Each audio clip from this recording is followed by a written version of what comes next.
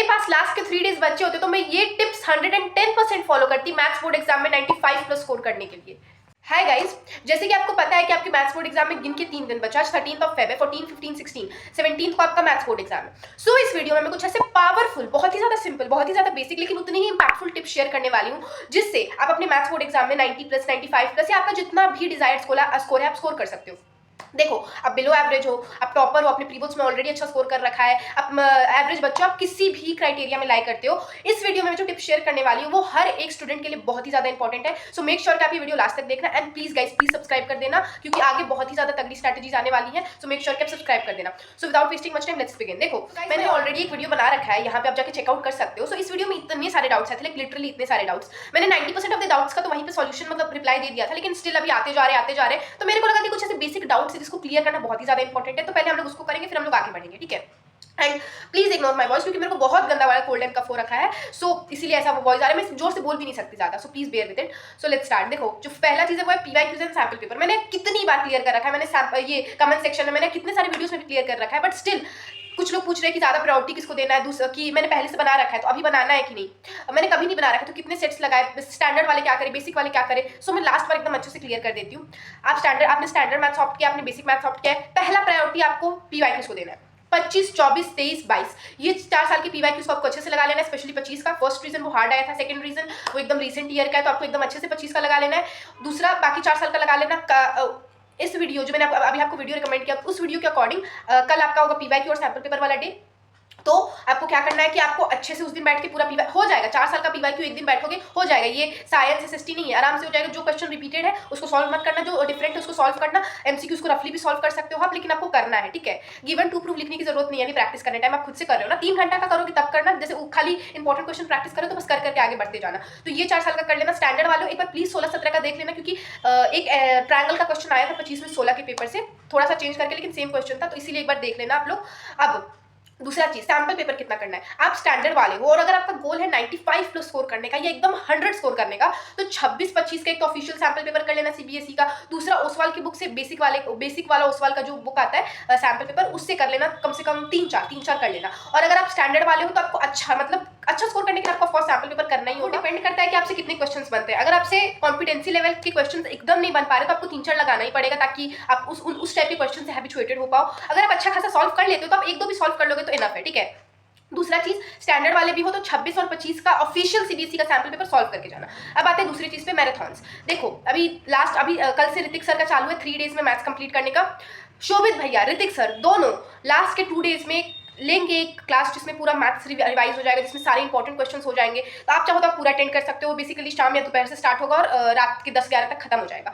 सो आप चाहो तो वो अटेंड कर सकते हो। या तो मैं आपको एक और एडवाइस दे सकती हूँ कि अगर आपका सिलेबस कंप्लीट नहीं है, आपको खुद से क्वेश्चन सॉल्व करने हैं बुक से, पीवाईक्यू से, सैंपल पेपर से, एनसीईआरटी के इंपॉर्टेंट क्वेश्चन आपको सॉल्व करने हैं, तो आप एक और काम कर सकते हो कि आप जब क्वेश्चन पूरा खत्म हो जाए, फॉर एग्जाम्पल ऋतिक सर का लेक्चर दोपहर के 2-3 बजे से स्टार्ट हुआ, रात के 10 बजे खत्म हो गया, तो उस टाइम तक आप अपना इंपॉर्टेंट पीवाईक्यूज या फिर 3 घंटा के स्लॉट में आपको जो सॉल्व करना है इंपॉर्टेंट चीज आप सॉल्व करो खुद से, कॉपी पेन लेके, बुक लेके।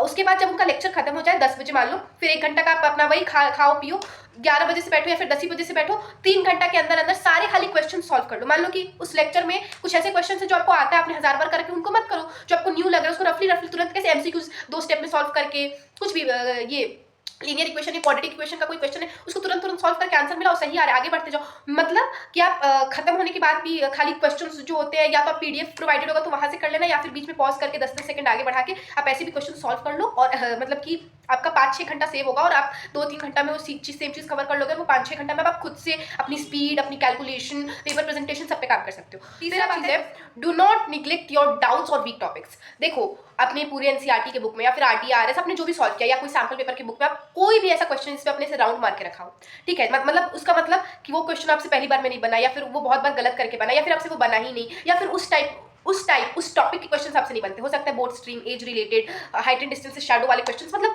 कुछ ऐसे टाइप के क्वेश्चन जो आपसे एकदम नहीं सॉल्व होते हैं, हमेशा गलत होते हैं, या कुछ ऐसे पर्टिकुलर ट्रायंगल्स में, सर्कल्स में कुछ ऐसे क्वेश्चन जो आपने मार्क करके रखा है कि ये मेरे से नहीं बना है, वो सारे क्वेश्चन को प्लीज लास्ट में कर लेना। इट्स माई हम्बल रिक्वेस्ट, क्योंकि ये मेरे साथ हुआ है, पर्सनल एक्सपीरियंस से बता रही हूँ।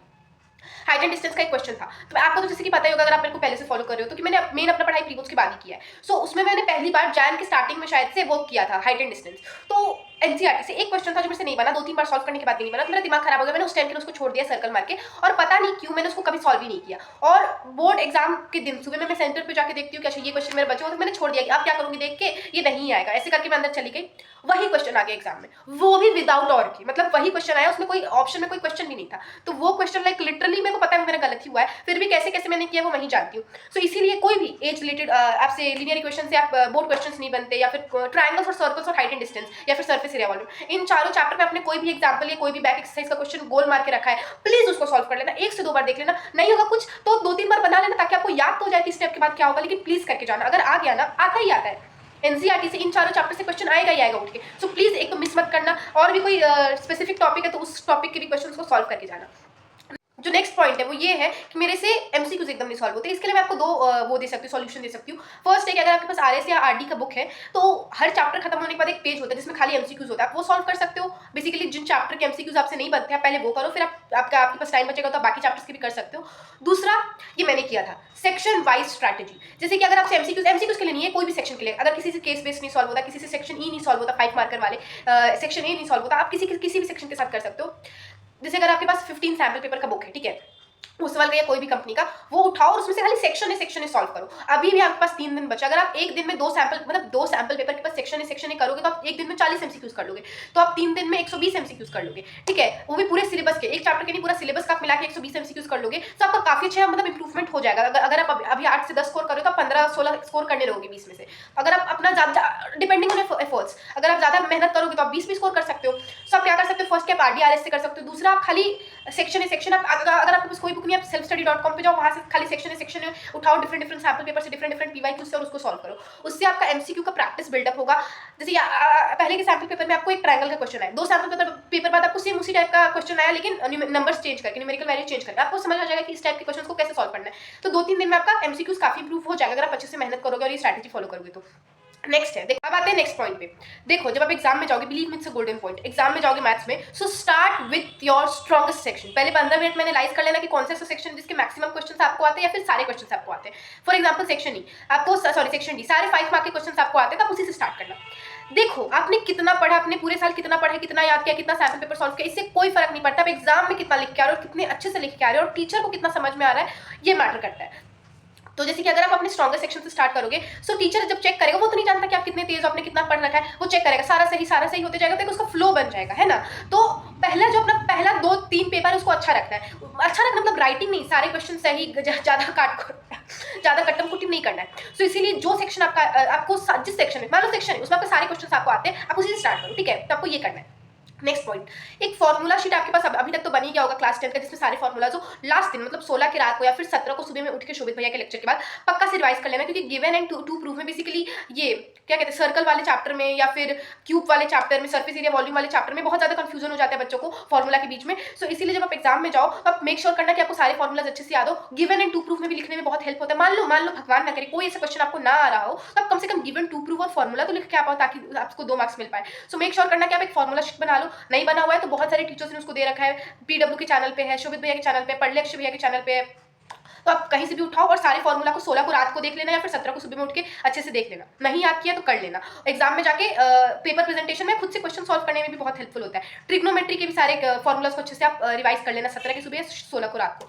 नेक्स्ट चीज जो है, and guys paper presentation is very important. ये आपका 5 मार्क्स बढ़ा भी सकता है, गंदा करके आओगे तो 5 मार्क्स गिरा भी सकता है। सो पेपर प्रेजेंटेशन के टिप्स मैं लाऊंगी नेक्स्ट वीडियो में। इस वीडियो में मैं सारे नहीं बता रही, क्योंकि अभी भी आपके पास 3 दिन है। आप इतना सारा रिवीजन करोगे, क्वेश्चन सॉल्व करोगे, रिवाइज करोगे, मैराथन, सैंपल पेपर, कोई ना कोई पॉइंट आपके दिमाग से मिस हो जाएगा। इसलिए मैं 15 तारीख को लाऊंगी। मैं भी खुद यही करती थी। मेरा कल एसएसटी का एग्जाम है, मैं आज रात को देखती थी। कल साइंस का मैं सुबह में मतलब सेंटर में जाते वक्त देखती थी, या फिर रात को देखती थी। सो ताकि एकदम दिमाग में फ्रेश रहेगा। आप जाओगे एग्जाम देने, आपको याद रहेगा, अच्छा हाँ यहाँ पे बॉक्स बनाना है, यहाँ पे स्टेटमेंट लिखना है, यहाँ पे सेक्शन में लाइन, और आपको याद रहेगा, ठीक है।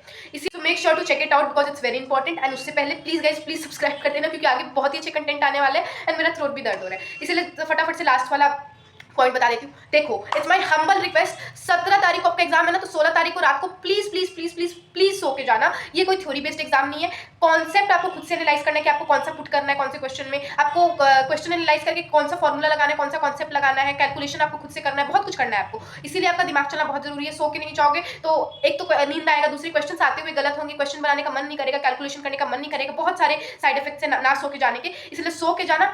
16 तारीख को 10 बजे तक